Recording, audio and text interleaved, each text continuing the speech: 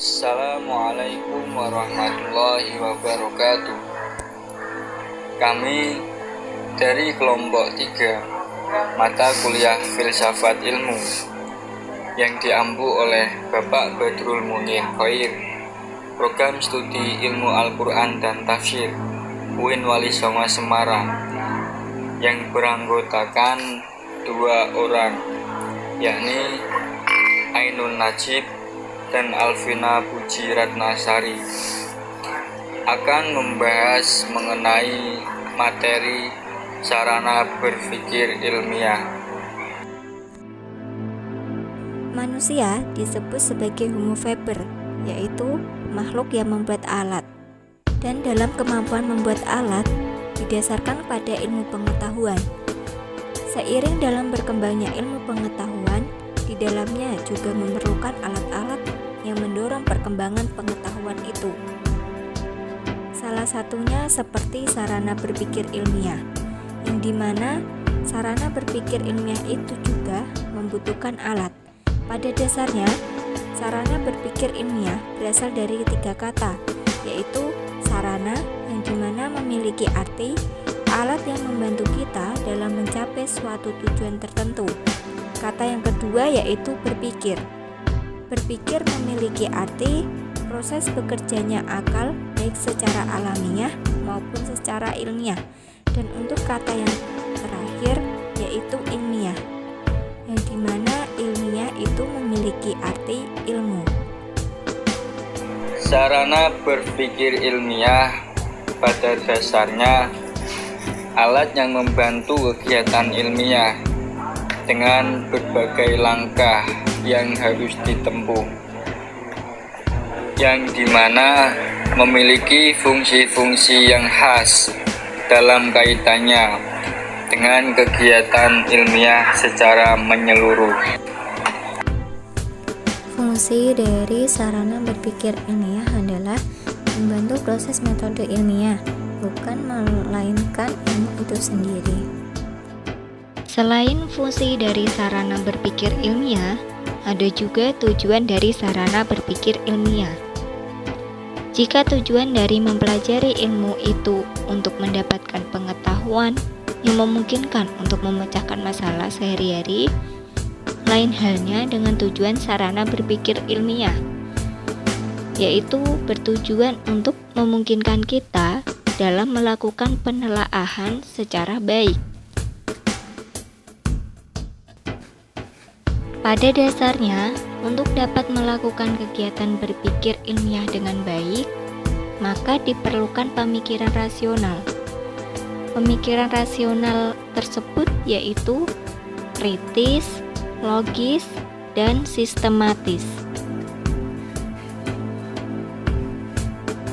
Telah disebutkan bahwa berpikir ilmiah diperlukan pemikiran rasional, salah satunya logis, yang dimana biasanya di dalam sarana berpikir ilmiah menyandarkan proses logika. Dan di dalam penelitian ilmiah itu, logika dibagi menjadi 2 macam, yaitu logika deduktif dan logika induktif. Dari berbagai macam-macam logika tersebut memiliki pengertian tersendiri, yang dimana logika deduktif memiliki arti penarikan kesimpulan dari hal-hal yang bersifat umum rasional menjadi kasus yang bersifat khusus sesuai fakta di lapangan. Sedangkan untuk logika induktif itu sendiri memiliki arti penarikan kesimpulan dari kasus-kasus individual nyata menjadi kesimpulan yang bersifat umum dan bersifat rasional. Untuk materi selanjutnya yaitu alat yang menunjang sarana berpikir ilmiah. Alat-alat yang menunjang sarana berpikir ilmiah dibagi menjadi 3, yaitu bahasa, matematika, dan statistika. Alat yang pertama mengenai pembahasan bahasa. Bahasa memegang peranan penting dan suatu hal yang lazim dalam hidup dan kehidupan manusia. Kelaziman tersebut membuat manusia jarang memperhatikan bahasa dan menganggapnya sebagai suatu hal yang biasa, seperti bernafas dan berjalan. Bahasa dapat juga memiliki arti alat berpikir dan alat komunikasi dalam menyampaikan jalan pikiran tersebut kepada orang lain.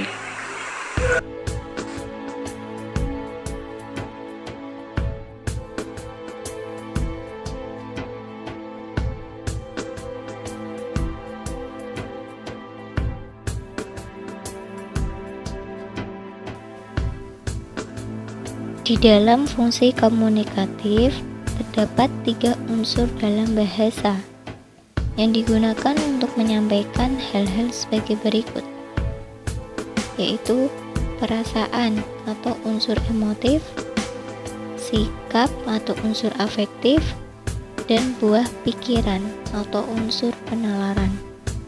Perkembangan bahasa dipengaruhi oleh ketiga unsur bahasa ini. Macam fungsi bahasa menurut Halliday yaitu bahwa fungsi bahasa adalah sebagai fungsi instrumental, penggunaan bahasa untuk mencapai suatu hal yang bersifat materi seperti makan, minum, dan sebagainya. Macam yang kedua yaitu fungsi regulatoris. Yang ketiga fungsi interaksional, yang keempat fungsi personal, yang kelima fungsi heuristik, yang keenam yaitu fungsi imajinatif, dan yang terakhir yaitu fungsi representasional. Kekurangan bahasa terletak pada yang pertama, peranan bahasa yang multifungsi. Artinya, komunikasi ilmiah hanya menginginkan penyampaian buah pikiran atau penalaran saja, sedangkan bahasa verbal harus mengandung unsur emotif, afektif, dan simbolik. Yang kedua, arti yang tidak jelas dan eksak yang dikandung oleh kata-kata yang membangun bahasa. Dan yang ketiga, konotasi yang bersifat emosional. Selain kelemahan, ada pula aliran-aliran dalam bahasa filsafat yang dibagi menjadi 2, yaitu filsafat analitik dan filsafat modern. Penggolongan bahasa. Di dalam bahasa terdapat 2 golongan yang telah digolongkan, yaitu antara lain: yang pertama, bahasa alamiah. Bahasa alamiah yaitu bahasa sehari-hari yang digunakan untuk menyatakan sesuatu yang tumbuh atas pengaruh alam sekelilingnya. Bahasa alamiah dibedakan menjadi 2 bagian, yaitu bahasa isyarat. Bahasa ini dapat berlaku umum dan dapat berlaku khusus. Dan yang kedua, bahasa biasa atau bahasa yang digunakan dalam pergaulan sehari-hari. Yang kedua yaitu bahasa buatan. Bahasa buatan adalah bahasa yang disusun sedemikian rupa berdasarkan pertimbangan-pertimbangan akal pikiran untuk maksud tertentu.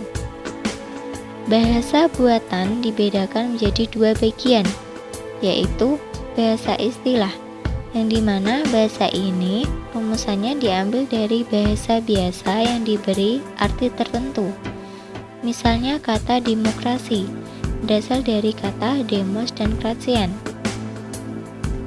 Dan yang kedua bahasa artifisial atau murni bahasa buatan, atau sering juga disebut dengan bahasa simbolik, atau juga bahasa serupa simbol-simbol sebagaimana yang digunakan dalam logika dan matematika. Mengenai bahasa artifisial, di dalam bahasa artifisial terdapat ciri-ciri khusus. Ciri-cirinya yaitu tidak berfungsi sendiri, kosong dan dari arti. Oleh karena itu dapat dimasuki arti apapun juga. Yang kedua, arti yang dimaksudkan dalam bahasa artifisial ditentukan oleh penghubung. Perbedaan bahasa alamiah dan bahasa buatan. Bahasa alamiah yaitu antara kata dan makna merupakan satu kesatuan utuh atas dasar kebiasaan sehari-hari, karena bahasanya secara spontan bersifat kebiasaan intuitif atau bisikan hati dan pernyataan langsung. Sedangkan bahasa buatan antara istilah dan konsep merupakan satu kesatuan bersifat relatif atas dasar pemikiran akal, karena bahasanya berdasarkan pemikiran, sekehendak hati, diskursif atau menurut logika, luas arti dan pernyataan. Untuk pembahasan yang kedua yaitu matematika. Matematika adalah sebagai bahasa yang melambangkan serangkaian makna dari pernyataan yang ingin disampaikan. Selain itu, matematika juga memiliki fungsi. Fungsi dari matematika yaitu sebagai sarana berpikir deduktif atau umum ke khusus yang bersifat jelas, spesifik, informatif, dan kuantitatif. Selain itu, ada pula peranan dari matematika. Peranan dari matematika yaitu sebagai sarana berpikir ilmiah, dapat menggunakan alat-alat yang mempunyai kemampuan seperti menggunakan algoritma, melakukan manipulasi secara matematika, mengorganisasikan data, memanfaatkan simbol, tabel, dan grafik, mengenal dan menemukan pola, menarik kesimpulan, membuat kalimat atau model matematika, membuat interpretasi, bangun geometri, memahami pengukuran dan satuannya, dan juga menggunakan alat hitung dan alat bantu lainnya dalam matematika seperti tabel matematika, kalkulator, dan komputer. Kelebihan dari matematika yaitu mengembangkan bahasa numerik atau dengan menggunakan lambang angka yang memungkinkan kata untuk melakukan pengukuran secara kuantitatif. Pembahasan yang ketiga yaitu statistika. Secara etimologi, kata statistik berasal dari kata status atau dari bahasa Latin yang memiliki persamaan arti dengan state, yang dalam bahasa Indonesia diterjemahkan dengan negara. Secara istilah, statistika adalah ilmu yang mempelajari tentang seluk-beluk data, yaitu tentang pengumpulan, pengolahan, penganalisisan, penafsiran, dan penarikan kesimpulan dari data yang berbentuk angka-angka. Fungsi statistika.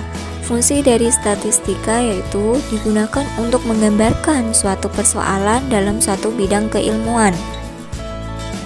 Analisa hubungan logika dengan bahasa, matematika, dan statistika. Bahasa merupakan sarana komunikasi, maka segala sesuatu yang berkaitan erat dengan komunikasi tidak terlepas dari bahasa. Yang kedua, matematika.